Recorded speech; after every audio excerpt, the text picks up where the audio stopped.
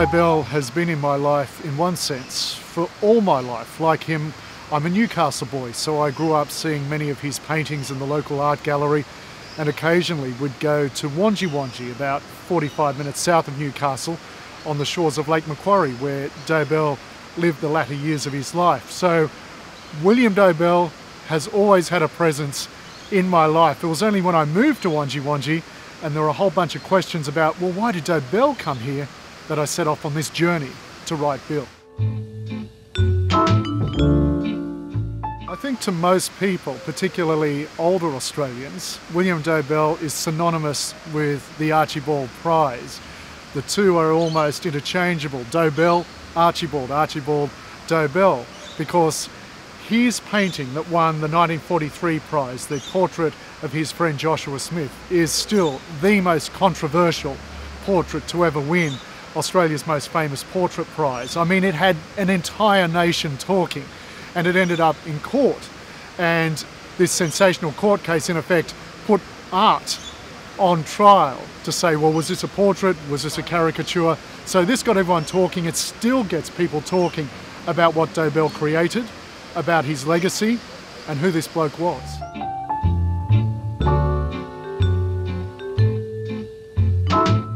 Well, I think what surprised me most in the journey of writing Bill was how much he actually was Bill.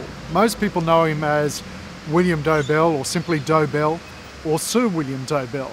But his character, where he was most comfortable, how he saw himself, was more as Bill. And talking to his friends, his former neighbours, those who he'd see on a daily basis at the pub, for example, up in Wangi Wangi, for them, it's all about Bill. Forget Dobell, forget his paintings. It was about the lovely, shy, reserved bloke, but with a good sense of humour that they knew and still know as Bill.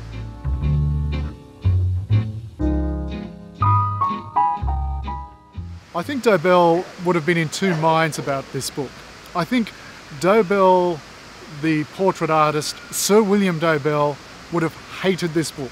He would have hated someone trawling through his life. Remember, this is the very reason he left King's Cross and he left the unflinching gaze of the public. He wanted to get away from folks prying into his life, into his private life, and into what he was all about. That side of Dobell, I think, would go, I hate this book. Bill, on the other hand, I think would say, good work, mate, this is a good book, because it's about what he did after he left here. It's about the community that he became part of, that he belonged to, the community of Wangi Wangi. And Wangi Wangi is as much a character in this book as Bill in some respects. So Dobell would go, I wish this book wasn't out. Bill would go, I like this book.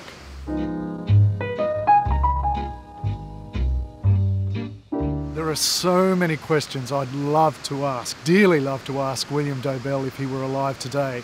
There's a whole bunch of questions I'd ask him about how he put himself back on the tightrope between that very public self on the one hand, that famous artist that everyone knew, and on the other, that private bloke he was most comfortable being, the bloke at the pub in Wangi Wangi. And of course he fell off that tightrope, he put himself back on it. I'd love to know more about that and why he continued to walk that tightrope. But I think above all what I'd love to ask him as a fellow whiskey lover is, William, shall I pour or shall you?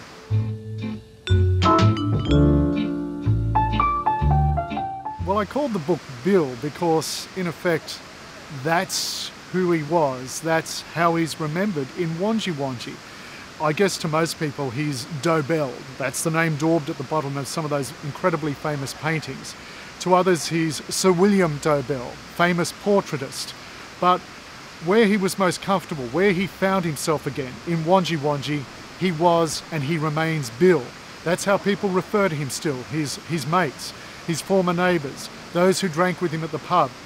He was uniformly Bill, a good bloke, a bloke who was good to have a yarn with. But the Sir William bit, the Dobell bit, no.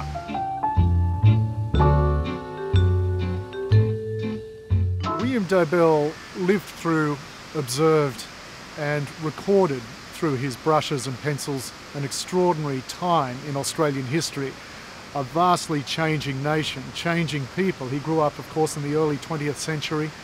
He went to London for 10 years, returned to a nation on the cusp of war. He lived here in King's Cross during the war years. So enormous changes right here. This was the epicenter of change in Australia and what Australia was to become as a more multicultural nation in the post-war era. And then he painted the abstract, the colour, the mood of change, of boldness that Australia became through the 50s and the 60s. So this book also encapsulates not just a man, but those changing times in Australian cultural and social history. Well, this book, I believe, is for everyone. It's about one of Australia's most famous artists, but it's not an art book.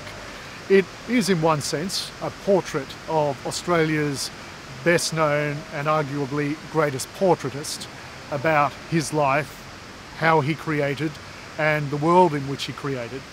But it's more than that. It deals with universal questions that you don't have to be a famous artist to deal with. We all deal with these at some point in our lives.